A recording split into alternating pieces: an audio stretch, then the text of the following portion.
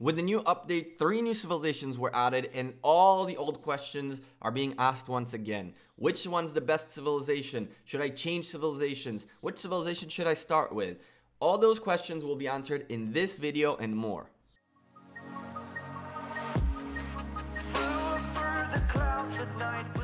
Hey there YouTube, welcome back to the Gekko, another day, another video for you guys. And today we're going to talk about the new civilizations, the old civilizations, how to pick civilizations, all that old conversation again. If you guys have already picked a civilization, you're already playing the game, you know what you're doing to a certain extent, you just want to know if you should change the new civilizations or not, skip ahead a little bit because we're going to have the discussion of which civilizations to start with first for those of you who are new to the game. So pretty much the consensus in the community is that the best civilization to start with is Britain. The reason for that is primarily because of having Boudica as your starting commander. Starting commanders are the ones that you're gonna get sculptures from quests. So if you pick Britain first, as you do quests, as you grow, you'll end up getting statues or sculptures to upgrade Boudica from quests for free. You just gotta keep playing the game. So the starting commander is very, very important, and having Boudica means that you have a commander that is insanely good for barbarian hunting, which gives you a lot of extra good stuff like resources, like gems, like XP books and stuff like that. So she is fantastic if you are a free-to-play as well as a pay-to-play, to just win, essentially, to get more stuff with. So starting with Britain is usually the choice of most people. You also get archer attack by 5%, you get troop speed, training speed by 5%, an increase, and ally garrison capacity at 20%.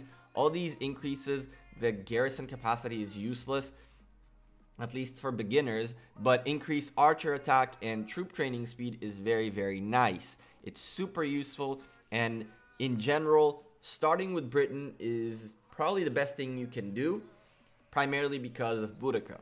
Now, as you progress in the game, you will get a civilization change token with which you will be able to change civilizations.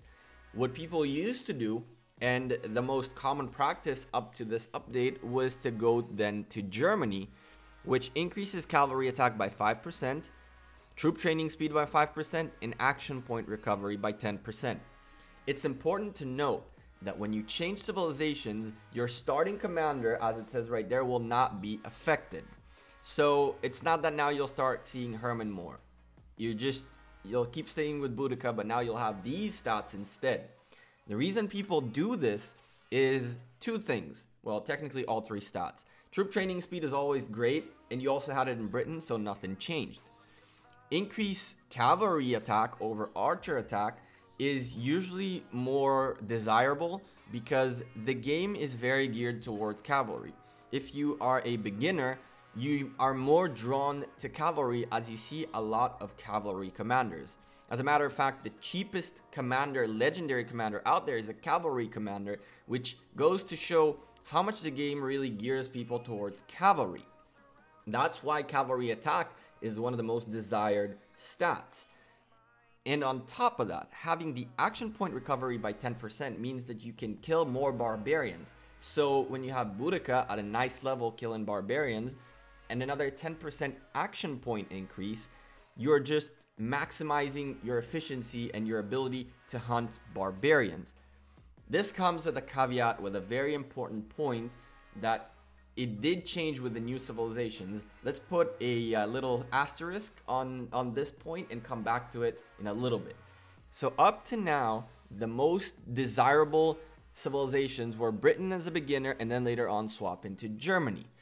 Now we have 3 new civilizations, which I wanted to do videos specifically about each civilization first before this, but because so many of you have asked, I decided to make this first, and we'll have specific videos about each civilization changing to all of them coming up later on.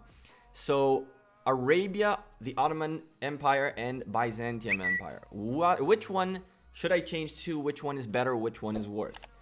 So if you ask me, The reason Germany is so great is not necessarily the cavalry attack, but it's the action point recovery. However, just like we said on that with that asterisk, we're going to take that asterisk out now. Action point recovery increased by 10% means that you are going to get more action points throughout the day, which means that you need to be more active to utilize these action points. If you're not a very, very active player hunting barbarians consistently all throughout the day, then you will most likely not use all the action points you get. So while action point recovery is nice, and in times that you have the ability to play a lot, it is cool to have more action points, I think that it's a bit overrated. You can buy 2,000 action point potions a week from the VIP shop with food.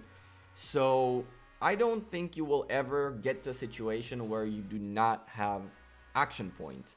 If you buy the action points consistently every week, which you should, then there is absolutely no problem in not having action point recovery. You'll always have potions in case you want to grind or for Karak events and stuff like that. This is where Arabia comes in handy. Arabia gives you still your 5% cavalry attack, so if you're already a cavalry player, it keeps you there, good to go. But it changed its nice action point recovery to damage dealt. You get damage dealt increase to barbarians and other neutral units by 10%. So now, as a less active player, as someone who doesn't necessarily use all your action points every day no matter what, you're gonna get more damage, which means you're gonna spend less time throughout the day hunting barbarians, as you can kill them faster. On top of that, damage dealt by rallied armies, which is something that I'm blocking right here by 5%, means that if you are at war and your city gets rallied, your armies that are being rallied are going to get an extra 5% damage to hold. You have on top of that people like commanders like Richard I on your wall and stuff like that. This can be really, really useful to actually hold your city. So Arabia is a great civilization to change to. A lot of people are saying this one is the best. I don't necessarily think there is one best. If I were to stick with one of the new ones, I would probably go with Arabia, because I am not as big of a player yet. But if you're a big player, you're someone who likes a lot of PvP, maybe the Ottoman Empire is better for you. Ottoman Empire gives archer health 5%, troop march speed 5%, which is nice, you move faster, but active skill damage increased by 5% is actually very, very, very useful if you're a PvP player that has good commanders that do a lot of damage, because now you're going to be doing even more damage. So would I change to the Ottoman Empire? Me? No. Any other player who's bigger, who is a much bigger spender, who fights a lot more, who wants to do more damage, this civilization might be for you. So keep that in mind. Now, I personally looked at the Byzantium and said, listen, this is pointless. Why? Increased cavalry health by 5% is nice, but I prefer attack over health. Stone gathering speed by 10%. I mean, we gather all the time, but if you're about the gathering, I much more rather Japan, which gives you resource gathering speed of 5% to all types of resources. So if you only take Byzantium, it means that as long as you're gathering stone, you're good to go. But if you're not gathering stone, then it's useless. Yes, you will be gathering stone throughout time, but if today there's no stone tiles available, you're just not utilizing the stats at all. So I don't like these specific gathering speeds. I rather go with the general one and ensure I always get my percentages. On top of that though, hospital capacity by 15%. I overlooked it, but it seems like people really enjoy it. They really think this can be useful. And I'll explain a little bit better. In Kingdom 58, we had a huge war. The two biggest alliances collided. One took heavy losses, and it ended up happening that people could not heal all their troops because they just didn't have the resources for it. Having an extra 15% allows you to stay active a little bit longer in big wars where you don't have the resources.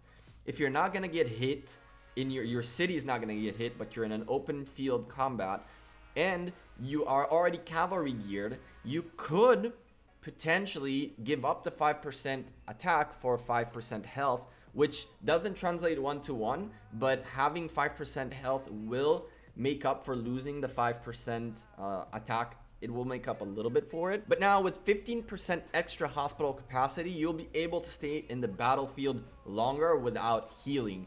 So I personally don't like the Byzantium Empire. I think that if you are filling your hospitals, the situation is really bad, you should shield, you should not keep going. So I don't necessarily like the Byzantium, but I can understand why people do. So to answer which one I am going to change to most likely after I'm done cycling through all three, I will probably stick with Arabia. It has an unbelievable advantage when it comes to barbarian and neutral units, which is something we do more often than not. The increased cavalry attack is nice, although I am not necessarily cavalry geared. This just goes to show how important it is to be an infantry player nowadays, because infantry are the ones who are stronger against cavalry. And damage dealt by rallied armies means that in case I fall asleep and, you know, it's nighttime and a war breaks out and I get rallied, the 5% extra attack on my defense can be a lifesaver. It might hold one rally, allowing me to wake up and shield or fight or heal or whatever not. So to summarize it, I think that as a new player, you should still start with Britain. But now I think that I would give up on the Germany play for the Arabia play, primarily because of the middle stat that I don't manage to utilize all my action points. If you go to sleep, if you don't play the game right before you go to sleep, and you don't play the game immediately when you wake up, the 10 hours or whatever it takes for your action points to recover are gonna for sure pass, and therefore you will never really utilize it. So add another 10% speed on action point recovery. I think that your better bang is in here for the buck you're spending in Arabia. So keep that in mind. That's my opinion. That's how I see things. What do you guys think? Leave me a comment down below. Let me know. Also, if you like the video, make sure you hit the like button, subscribe for more content, turn on the notifications so you turn on the bell so you get a notification every time I upload a video. Man, I've been messing that up a lot lately. I hope you guys have a wonderful weekend, and I'll see you guys next week with more Rise of Civilizations content. Peace.